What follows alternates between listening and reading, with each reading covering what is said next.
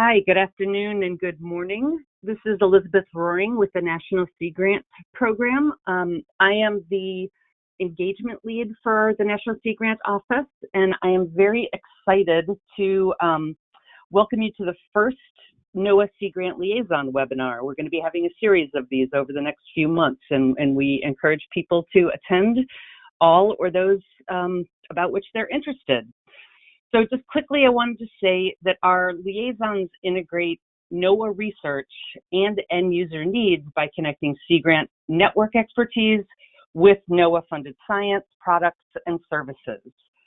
We have, I think right now we have 6 liaisons. We are probably going to be looking to add a few more. But again, just very excited to introduce you to Meg Chadsey, who is our first liaison who's going to be speaking. Meg is with the Pacific Marine Environmental Lab and Washington Sea Grant, and she serves as the Ocean Acidification Liaison. She started with Washington Sea Grant as a contractor in 2012, working on the Washington State Blue Ribbon Panel on ocean acidification, which I'm sure she's going to talk a little bit about.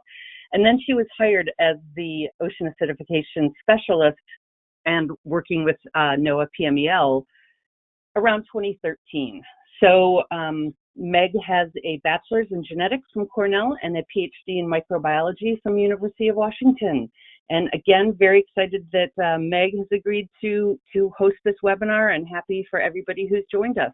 We will have some time for Q&A at the end, but in the interim, everyone will be muted so Meg can get through her talk, and then we can have a great discussion.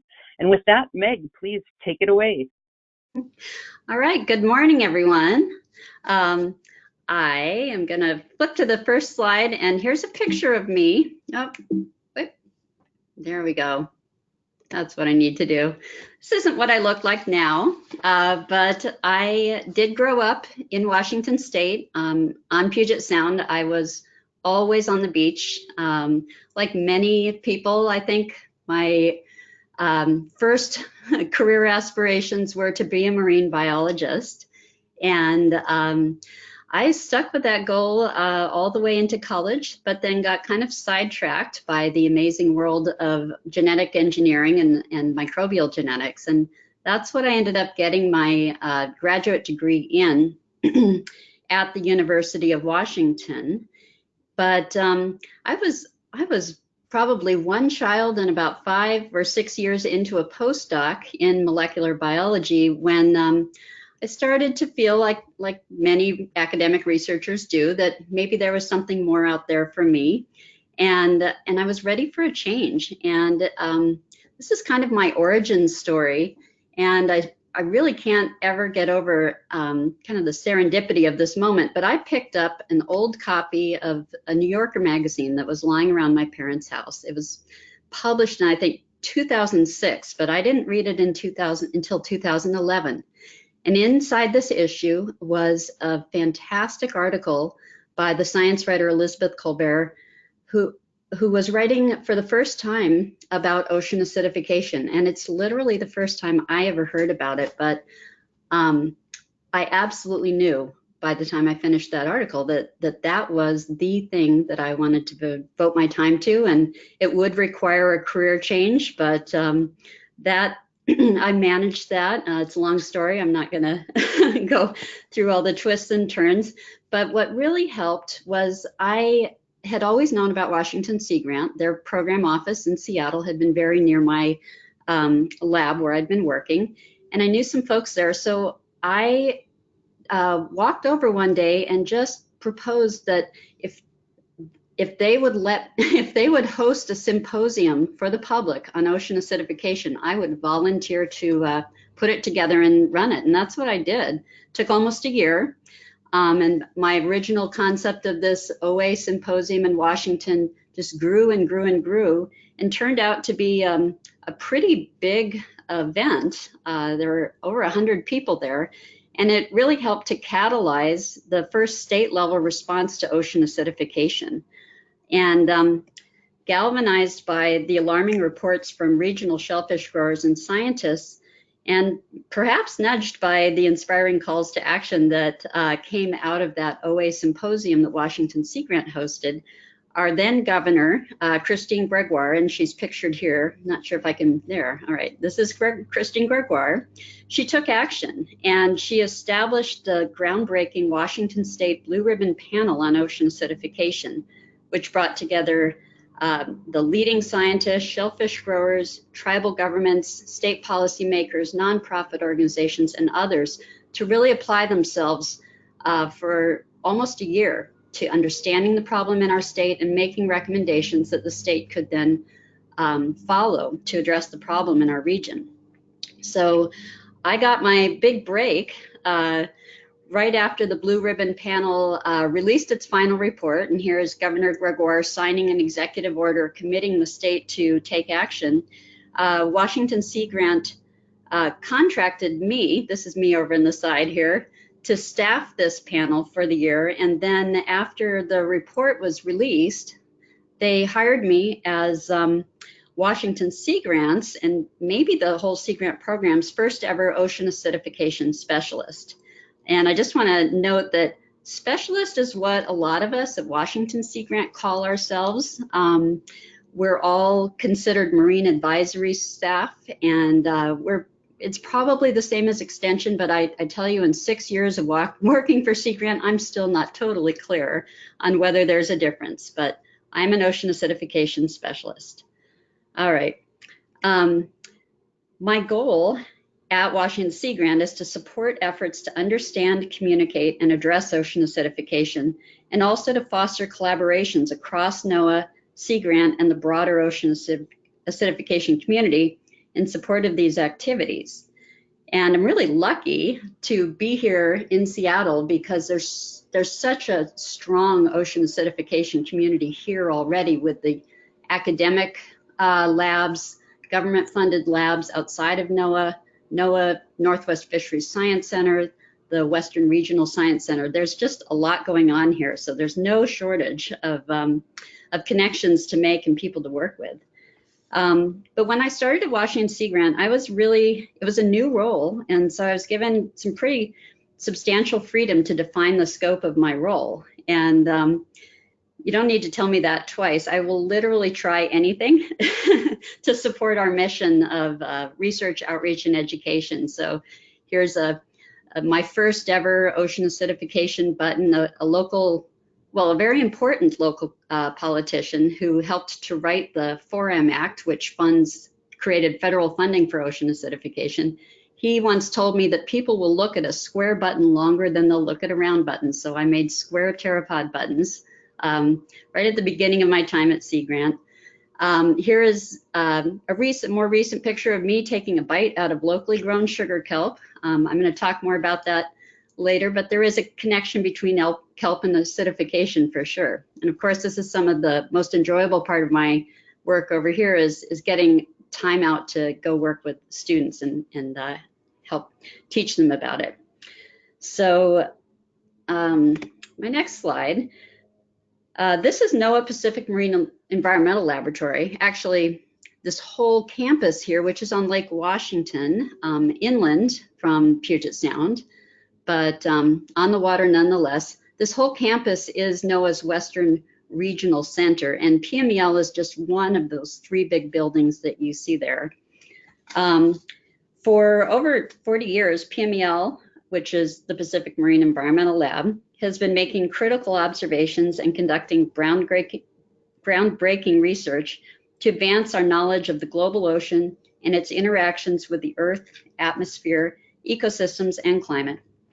Key research areas at PMEL include ocean acidification, tsunami detection and forecasting, hydrothermal vent systems, fisheries oceanography, and long-term climate monitoring and analysis. And that last thing is really what makes this team such a powerhouse in the world of ocean acidification and climate change effects.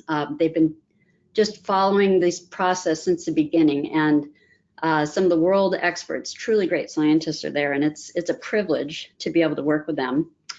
So PMEL really has 4 research themes as I was just talking about, climate weather research. Here's a picture of a wave glider. It's an autonomous self-powered glider that can sample air-sea interactions. And here it is up in, I think, Prince William Sound in Alaska. It just motors along and beams back data continuously. It's been an incredible asset. As I said, marine ecosystem research is a key focus of PMEL. This is a picture of a deep sea hydrothermal vent. We have those off our coast, and it's maybe my one big regret that I don't seem to have time to also work with these people, because I have loved hydrothermal vents since I was that kid on the beach. Ocean and coastal processes research encompasses a lot of, as the name implies. Here's a picture of one of the tsunami models that my other half, Carrie Garrison Laney, who you'll hear from in a subsequent webinar broadcast. Carrie and I actually split the liaison position at PMEL, and I focus on ocean acidification and she focuses on tsunami. So some of that tsunami research comes under the umbrella of ocean and coastal processes. And then finally, research innovation is something that happens up at PMEL. There's a lab there that can fabricate just about anything and is always figuring out great new tools to make ocean monitoring more comprehensive and efficient. And here's a picture of a glider. There are several gliders within the PMEL toolkit, and these fantastic machines go out and can just travel the oceans for weeks at a time and collecting samples, and when they come up to the surface, they can beam back information. So those are 4 themes. I work primarily with the carbon dioxide group. That's their official name. But just like, but their science and activities are not confined to a single theme. You can find carbon fingerprints within all 4 of these themes across PMEL. And sort of in the same way that a Sea Grant extension agent's work isn't confined to just research or only outreach or merely education and technical assistance. We all do everything. So next slide. This is my supervisor at PMEL. This is the esteemed Dr. Richard Feely. I will never be able to thank him enough. I really have to give him so much credit for opening the door for me to get into this research. Recall that I have no, at the time, I had no background in oceanography. I was trained as a molecular biologist, so he took a chance on me, and I'm always going to be grateful, and I love working with him. And so going up and having meetings at PMEL with Dick when he is in the house, because he travels extensively and goes out on cruises, is one of the best parts of my job. I'll just mention that he really is the grandfather of ocean acidification. He has been working on this topic for decades, one of the early pioneers. And it used to really bother him if we called him that, but he is now officially a grandfather, so he said it's okay. There are many other people within the carbon dioxide group at PMEL that I work with, and several of them are shown here. This is a photo of one half of the scientific research team on the 2016 NOAA Ocean Acidification Program West Coast Ocean Acidification Repeat Hydrography Cruise, where this ship sails for 5 to 6 weeks at a time and takes measurements of ocean chemistry in the same places on the West Coast from Mexico to Canada over and over. And that's what contributes to these long-term data sets. So Dick is there in the middle. There's lots of other PMEL carbon dioxide people with him. There's one important person who's not on this leg of the cruise, and that's Dr. Simone Allen, who I also have the privilege of working closely with. It's funny, Simone really does not do oceanography and address all the time, but I was looking through my slides, and pretty much every picture I've ever taken of her, she looks fabulous in a dress, but she can do it all. She can dive and she can wear rain gear with the best of them. But I do want to emphasize that I don't work only with the carbon dioxide people. I don't have a lot of extra time outside that, but here's an example of someone else that I've really enjoyed working with who's also at PMEL. This is Dr. Carol Stepien, and she's a division lead in the Ocean Environment Research Division. She came to us from the Great Lakes. Up in the corner, she's holding what I assume is a freshwater fish.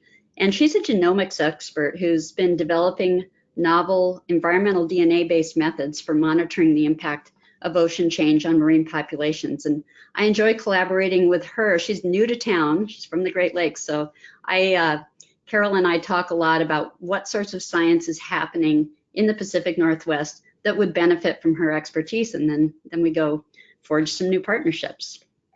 So next slide. Why is there a need for a Sea Grant PMEL liaison?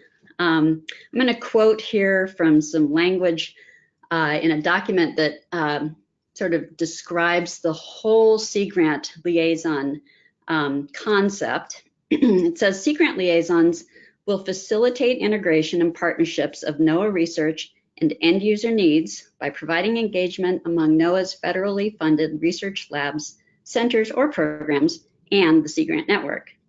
So this making liaisons a thing and giving them official status, I think is so important because, as I said, there's a lot of great science happening here in Seattle, ocean acidification science. So theoretically, I can pick up the phone, walk over, talk to all these people, but there's really something else that happens when you have that formal recognition. And without my official NOAA status and the strong supported relationships and commitments that are really fostered by this liaison position, or any liaison position, I think Sea Grant agents are unlikely to work as effectively with or represent a NOAA lab or center program. So I think it's really important. I put this picture up here because I just wanted to show you, this is just one. I think this is just the climate homepage on PMEL's website. There is a lot going on. And there's the people at PMEL are just fantastic scientists. And to the extent that they are able, they are also great at outreach and engagement, but they can only do so much. So there really is a need for someone who has that flexibility to go in between. And again, to borrow language, this time from the proposal that Washington Sea Grant helped to write with PMEL to create this liaison position, ocean acidification has intensified the need for technical communicators who can bridge translational gaps between scientists and those who rely on their findings. Washington Sea Grant's liaison to PMEL facilitates communication between NOAA and the broader scientific community, but also marine stakeholders, policymakers, and the public to forge collaborative responses to ocean acidification. And that sounds kind of wordy and a little dusty, but that really is what I do. And whenever I take on a new project, that's the criterion that I run it past. Am I fulfilling my role as a liaison in that way? And so I really think that each Sea Grant liaison position, and I'm sure you're going to see this as you hear the next presentations in the series, I think each position is a unique reflection of the relationships and capacities of its respective host Sea Grant and NOAA programs and the circumstances that led to its creation. So in my case, my liaison position really started right around the time that the Blue Ribbon Panel in Washington State released its recommendations on how to address ocean acidification. And there weren't just 6 recommendations, there were 42, and then there were sub-recommendations. It was quite a busy document, but all of those recommendations really can be summarized in these 6 categories here. And I can say that everything I do, I think, helps to advance these general recommendations. And everything I do, well, not everything, but collectively what I do, I think works all the way from the very local level let's even say from a classroom, a single classroom level, all the way up to the Washington State Governor's Office and beyond, as Washington State has initiated and led international efforts to address ocean acidification. So we, first and foremost, we want to get carbon dioxide emissions down. That is the most effective thing you can do to mitigate ocean acidification. And oh, guess what? If you do it, climate change gets better too. So it's really a worthy goal. Reducing local land-based contributions is something that gets a lot of emphasis here in the Salish Sea. That's our name for the waterway that spans the US and Canada. It's the inland waterway. So Puget Sound and the waters to the north in British Columbia are collectively the Salish Sea. And there are a lot of people living in this watershed. And what people do on land contributes to the health of the marine environment, because as we know, everything flows to the ocean. So since the Blue Ribbon Panel completed its sunset in 2012, a lot of new information has been developed by PMEL and other scientific institutions in the region to understand how the extra nutrients and carbon that local human populations are contributing to the runoff that enters Puget Sound has really, in fact, exacerbated acidification here. So it's bad news. It means we've got it worse, but it's good news because it means here's something we can address locally. We don't have to wait for the global community to get its act together. We can do things locally that will help lessen the effect of acidification here. We focus on helping shellfish industry and other vulnerable people and marine species adapt to acidification. A huge effort is spent on maintaining and enhancing monitoring and science in our region. We inform, we educate, engage. That's me. I definitely get to do that a lot. And then this last one, maintain a sustainable and coordinated focus.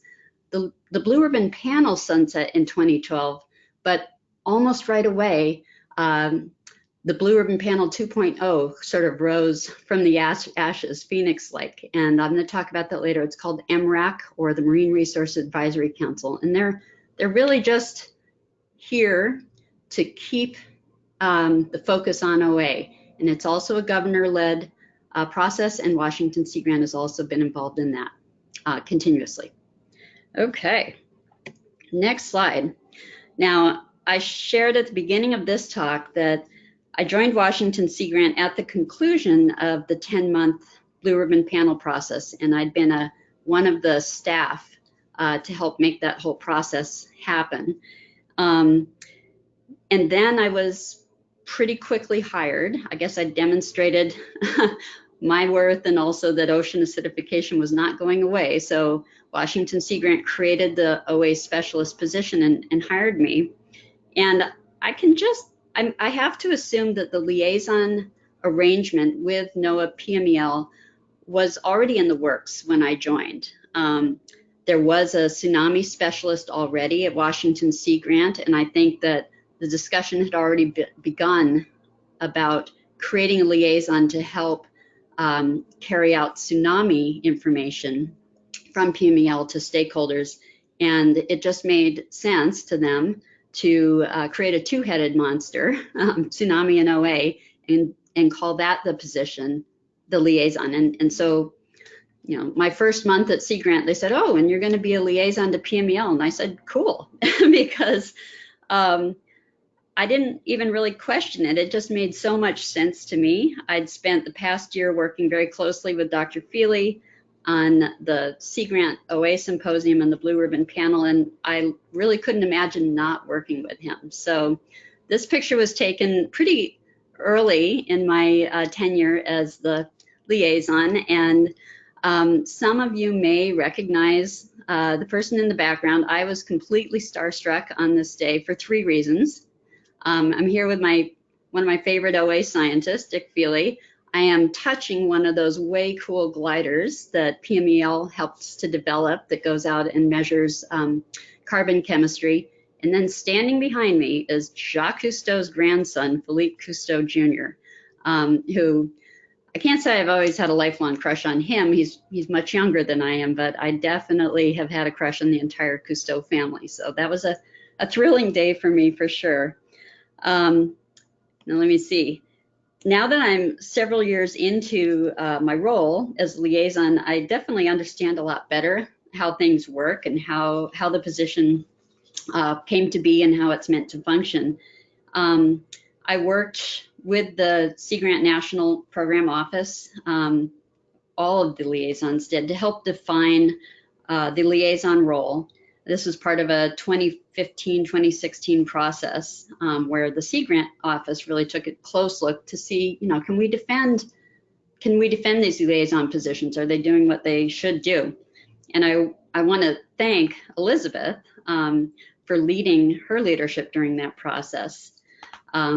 I also want to thank our former Washington Sea Grant Director, Penny Dalton, since retired, and former PMEL Director, Chris Stepien, who has moved on. He's now doing research in Hawaii. I looked for a picture of him in a Hawaiian shirt, but couldn't find one, but you can tell he's very happy there.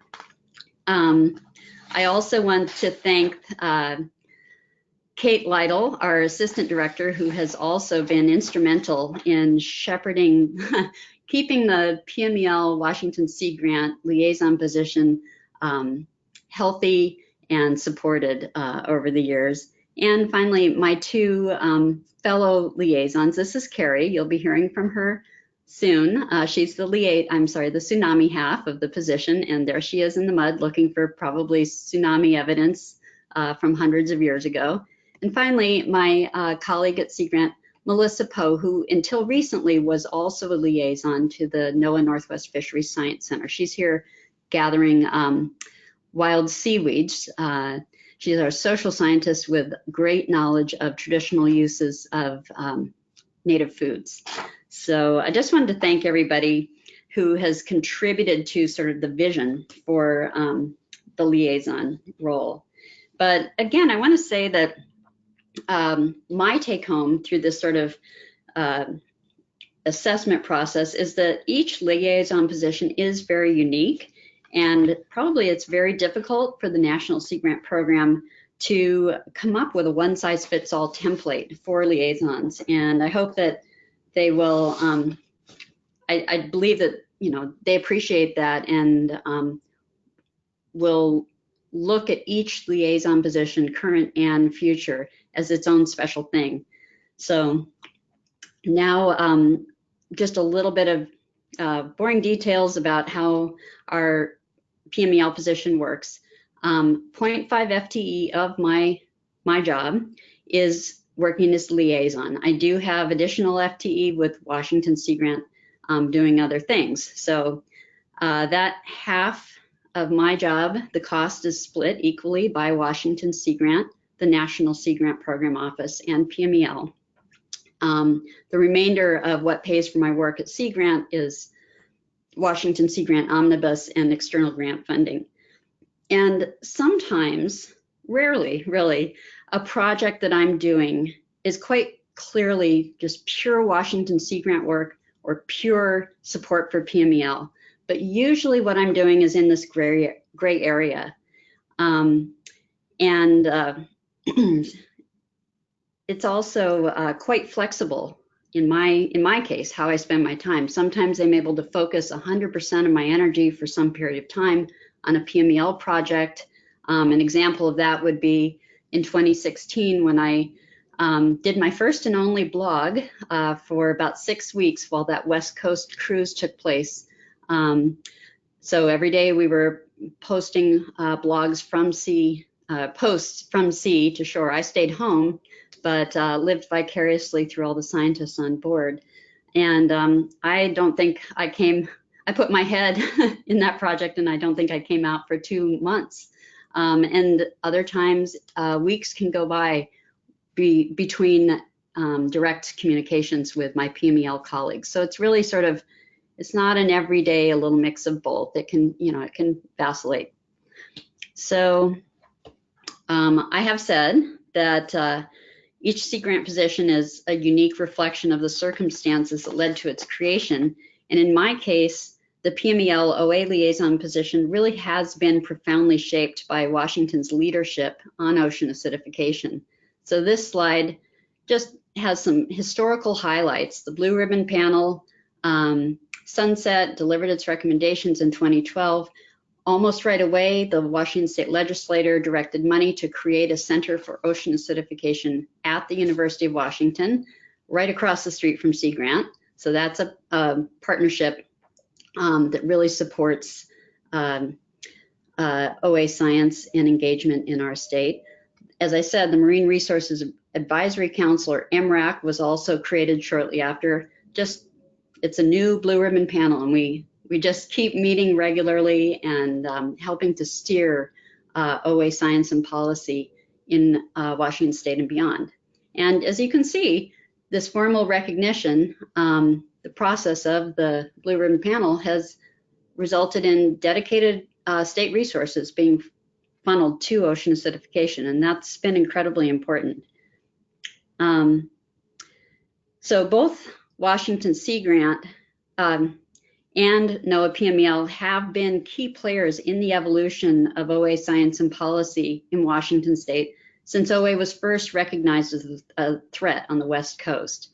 And I think that the strength of the liaison position and what I am able to do has been the synergy that it has created and brought to these efforts, these state efforts, and beyond our state. And that's something I like to call at Sea Grant the Washington Sea, or the Sea Grant glue. Sea Grant, we're connectors. We fill in gaps, we see needs, we respond to them. And that's something that I feel lucky to be able to do in this case. So I have, first I want to talk about how the liaison position benefits PMEL. PMEL scientists and staff that I work with are incredibly engaged, but also, as I said, very stretched. And before the creation of the liaison position, there was no designated OA or tsunami-focused outreach to help bridge PMEL and the audiences that Sea Grant serves and partners with. That would be the public, K-12 education, academia, tribes, managers, policymakers, even other NOAA programs, and of course the Sea Grant network itself. Let me see. Sorry about the pause here. I just want to make sure I'm on the right slide. Well, that's interesting. Okay, no, I'm basically here. As I said, I'm occasionally tasked with a specific job, like working on that blog. Yeah, I seem to have missed a whole slide. Excuse me, folks, I'm just going to back up just a bit.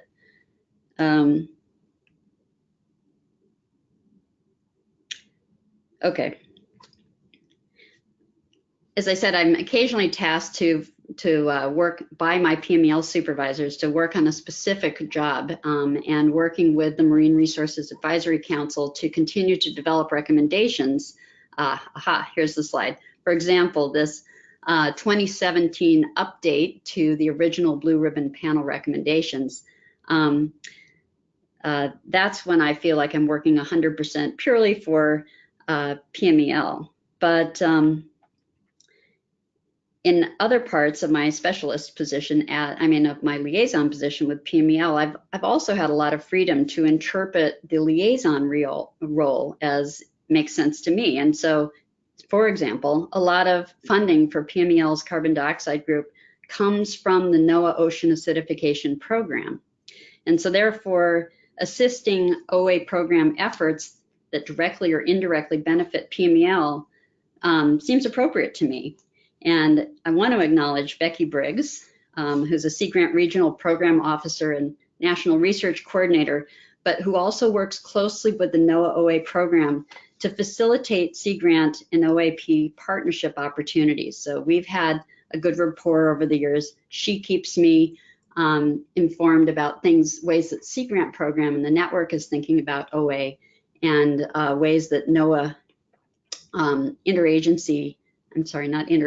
but programs within the broader NOAA agency are working together on OA. And so, as I said,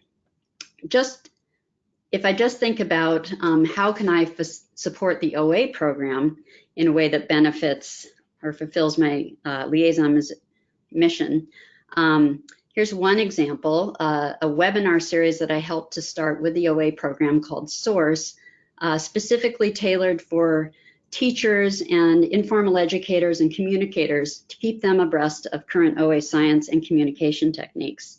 Another effort that I helped support that is also was launched by the NOAA OHA program is the Ocean Acidification Information Exchange. And it's this really nice online community, very well run by Julianne Moore in the Northeast Acidification.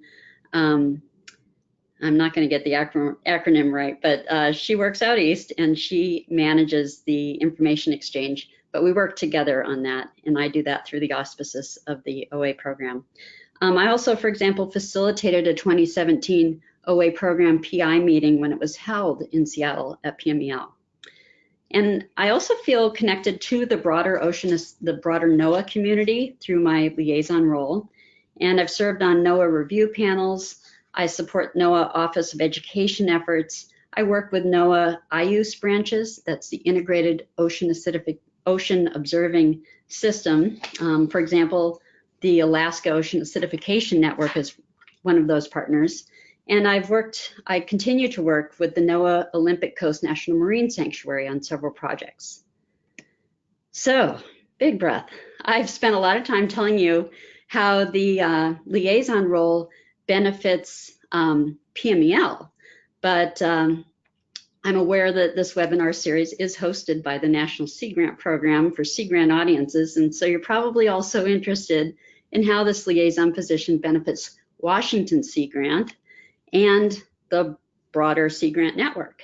So I'm just going to stop advancing slides for a minute and just speak this. It's hard to fathom for me how I could do my job without the sustained relationships and, more importantly, the access to PMEL scientists that my liaison position affords. Just little things like having a NOAA.gov email. I get so much information through NOAA network sent to that email address that I would never see otherwise. And so that, and being invited to carbon dioxide group team meetings and broader NOAA fora like the West Coast OA Roundtable, that gives me that insider knowledge that helps me serve Sea Grant audiences more effectively. Another benefit that I just appreciate every single time it happens is I have a sticker on my bike that lets me roll past NOAA security every time I bike the 6-mile trail between the University of Washington, where my Sea Grant office is, and NOAA Pacific Marine Environmental Lab. I would lose hours of my life if I had to sit there and go through security every time. So even little things like that. And then big things like being affiliated with a recognized and respected public science institution like NOAA gives me huge street cred. And, you know, some of us at Sea Grant sometimes feel like maybe we have an image problem because people know what NOAA is, but not as many of them have ever heard of what Sea Grant is. And I often find myself explaining what Sea Grant does. But when you say you're with NOAA, people understand, and people really value NOAA, as we all know. So that's one, those are sort of the general ways that the liaison position benefits Washington Sea Grant and Sea Grant. Another way to look at it is sort of 2 for the price of 1, because when I'm invited to participate in NOAA activities, Sea Grant gets to come along. For example, there is a project, there's a groundswell, it's really grassroots movement to declare, let me see if I can get my mouse guy back right here, to establish this part of the Washington coast, which is encompassed by the NOAA Olympic Coast National Marine Sanctuary, but is also the home waters of 4 coastal treaty tribes, Makah, Quileute, Hoh, and Quinault, as an OA Sentinel site. Sentinel in the sense that there's so much changing and happening in this part of the Eastern Pacific Ocean, relevant to ocean acidification and hypoxia and other climate change driven processes in the ocean. And it's an excellent place to be standing guard and watching and monitoring and trying to understand what's happening, because there are a lot of assets in the water. Let me see if I can, yeah, okay. This image here, this is the cover page of a report that was published as a result of this grassroots effort to establish the Sentinel site, and we came up with a nifty name, the Olympic Coast OA Sentinel Site, or Oasis. This report shows the position of many oceanographic monitoring assets that are in the water that help us keep a sharp eye on what's going on here. But those assets are not the only reason to declare this place Sentinel site. It's important because of the amazing natural diversity that is protected within the sanctuary and along the shoreline stretch of the Olympic National Park. This diversity of marine resources is critically important to the people who have always lived on this coast, and I'm talking about the tribes. And this is a place where it's possible to engage the public in the problem, the urgent need to do something about it, and the science. So it's really an ideal spot for a Sentinel site. And Washington Sea Grant, I have been involved in this effort. This is something that I think I was invited to do through my relationship with PMEL and NOAA, but Sea Grant got to come along. Sea Grant ended up facilitating the 2016 workshop. We've since contributed to the report and written and also contributed to the vision and goals for the Sentinel site and continue to be involved. So, and the fact that this report, they asked Washington Sea Grant to publish this report on our website. It's not published anywhere else, because even though this effort was stood up by the OA program and by the National Marine Sanctuary on the Olympic coast, they don't feel like it was owned by them, and they didn't want to put it on their own websites. But they said, hey, Sea Grant, you're that institution in the middle. It makes sense for you to be sort of the carriers of this process. So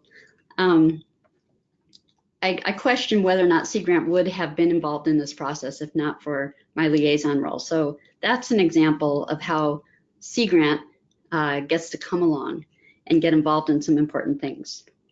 So my next slide, there are 2 projects that I really want to highlight before taking questions. These are current projects, and they're just examples of sort of the amazing, neat things that I get to do, both as wearing both my hats, Washington Sea Grant and the liaison, and that I think really embody the goals originally set out by the Blue Ribbon Panel in 2012 and carried forward by MRAC. This is a NOAA OHA program funded research project that is led by 2 co-PIs. One is my Sea Grant colleague, Melissa Poe. You saw her harvesting seaweed in a picture earlier. She's the social scientist leading that part of this interdisciplinary collaborative project.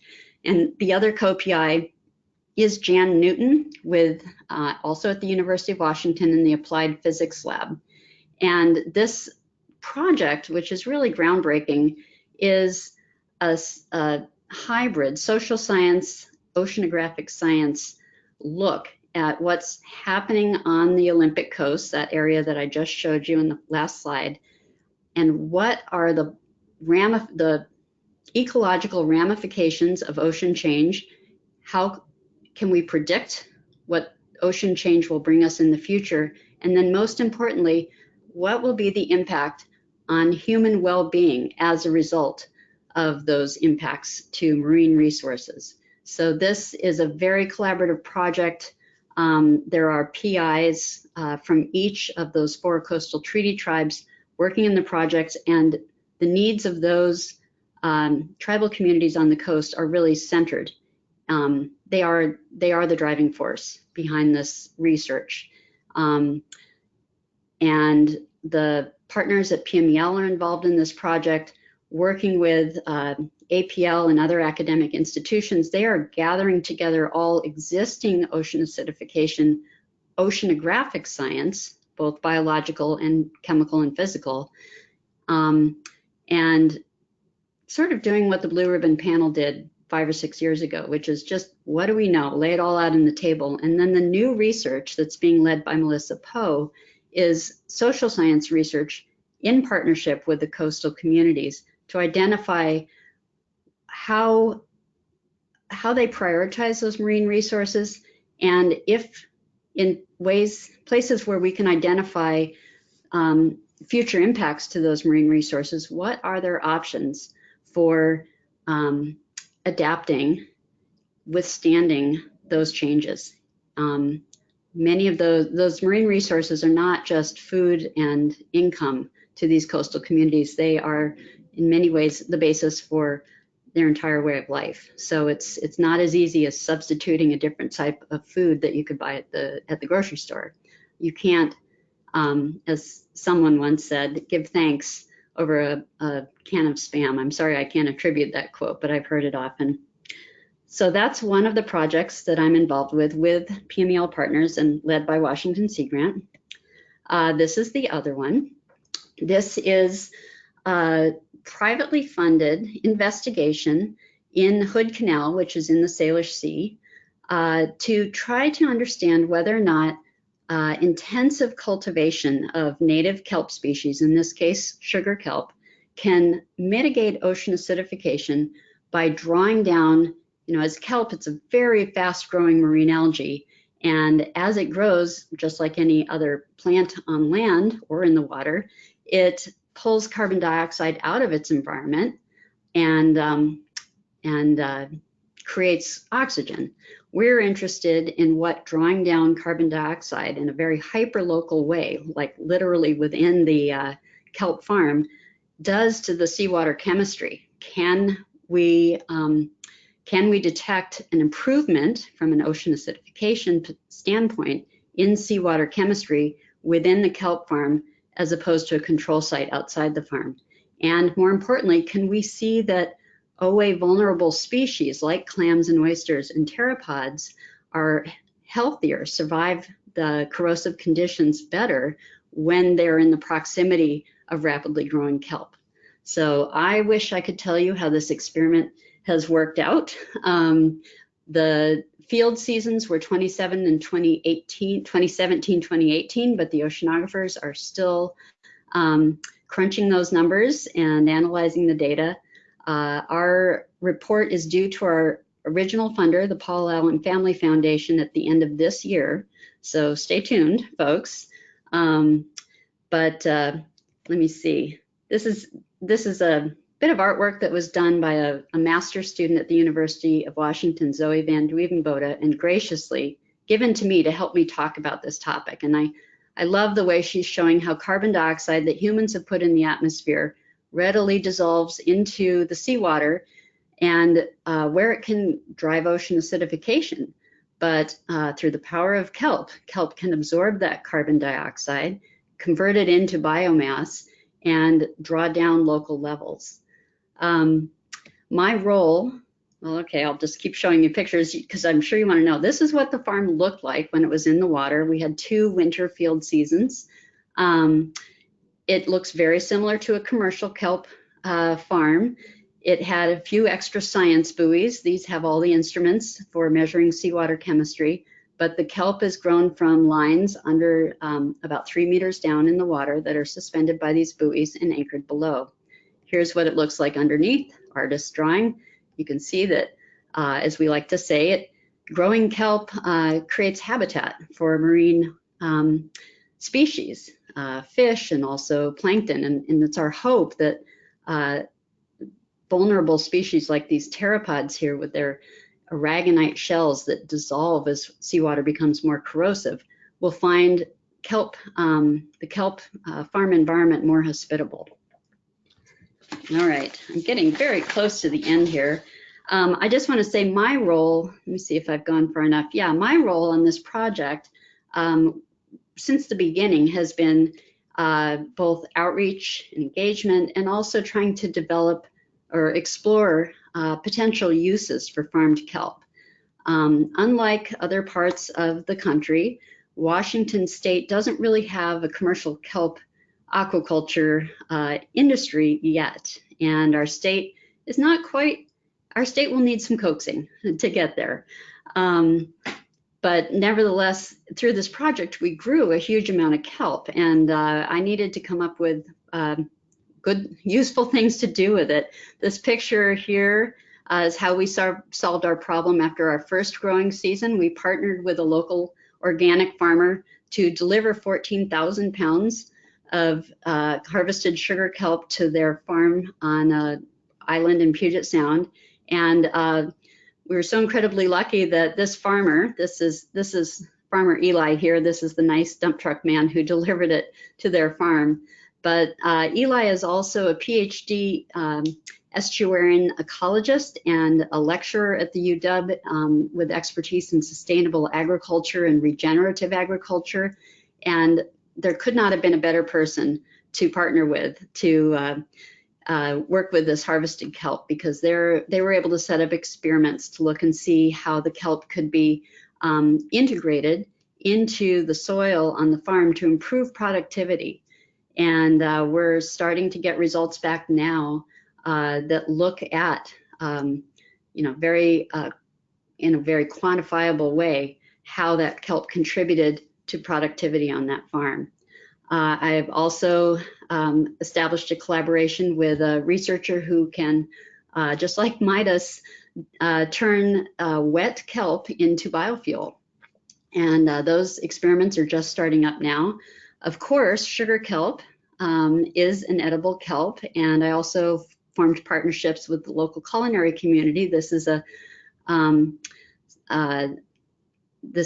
person who is helping us process the kelp and get it ready for dehydration in a commercial dehydration unit. And I love this schematic. This is probably the thing that's gotten us in the most trouble. I have to say that over the course of this 5-year investigation in Hood Canal with kelp, we never anticipated the amount of enthusiasm that stories about our experiment in the media and stories about kelp farming elsewhere would generate for this industry. People are dying to get into kelp farming all over the country. You know, for the past year, I get calls and emails every week saying, hey, Washington Sea Grant, you guys give out money and help people get into kelp farming, right? What can you do for me? Of course, the answer is not much. The answer was not much, but sort of because we had no other option, I and partners from this experiment wrote some proposals to the National Sea Grant Aquaculture Initiative last year, and I'm very happy to say that 2 of them were funded to help meet the needs of the people who are so interested in getting into the seaweed farming industry. So I'm deeply engaged in those already, and hope to be able to help the seaweed aquaculture industry in Washington State grow in a sustainable, thoughtful, environmentally friendly way, and in a way that will return benefits to the people who are willing to invest in this industry. So I think that's it. If the next step, yep, that's me wearing a terrific shirt that I found in the Vancouver, British Columbia aquarium and could not resist, because I have to say sometimes it feels like seaweed aquaculture is not quite welcome in Washington State yet, but that is another story. So I'm going to stop here, and I just want to say thank you to everyone at the National Sea Grant Program and to PMEL for creating and sustaining my half of the liaison position, and to my wonderful Washington Sea Grant colleagues who truly make every day a pleasure. Thanks very much. All right. Thanks so much, Meg. This is Elizabeth, and I just want to say thank you. And I think Erin is now going to read any questions we have. And if anybody has questions, please go ahead and send them in the question panel.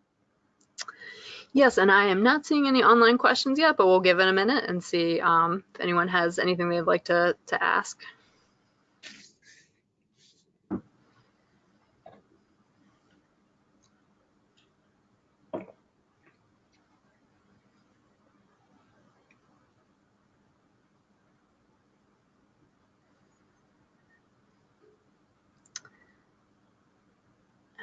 Okay, and I'm not seeing any questions popping up, but Elizabeth, did you have any final words? Nothing really other than to say, anyone who's listening, if you have any questions about the Sea Grant NOAA Liaison Program, please feel free to contact me at elizabeth.roaring@noaa.gov. I'm happy to answer any questions. And to clarify, Meg did want to tell you that there's not a huge difference between a Marine Advisory Service person and an extension agent within the Sea Grant world, but that's a story for another webinar. Okay, great. And then we did have a couple comments and questions trickled in. Someone said, thank you so much. And then someone else wanted to say, you talked about OCNMS being a sentinel. Can you tell me what that would mean?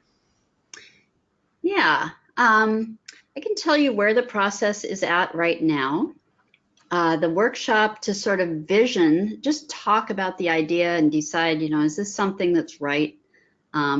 What can all the participants in the workshop, who I forgot to name, but you know, they included, they were very diverse representatives. There were, of course, the coastal treaty tribes and the Olympic National Sanctuary, but also the National Park, the NOAA Ocean Acidification Program, scientists from PMEL and the UW and beyond, and Washington Sea Grant, the Surfrider Foundation, excellent nonprofit that's been very engaged in OA over the past several years, and local marine resources committees, which are a state-funded but sort of locally directed community groups that focus on relevant marine issues. So those were the sorts of people who were at the initial workshop.